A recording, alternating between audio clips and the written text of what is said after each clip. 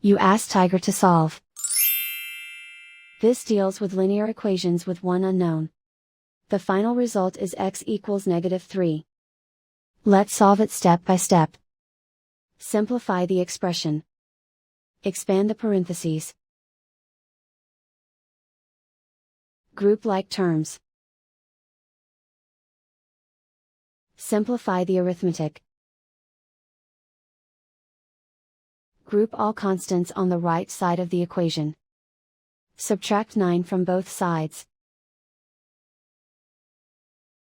Simplify the arithmetic.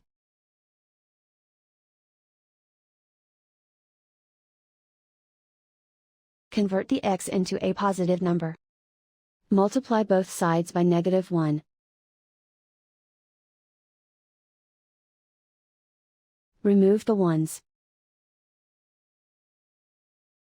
Simplify the arithmetic.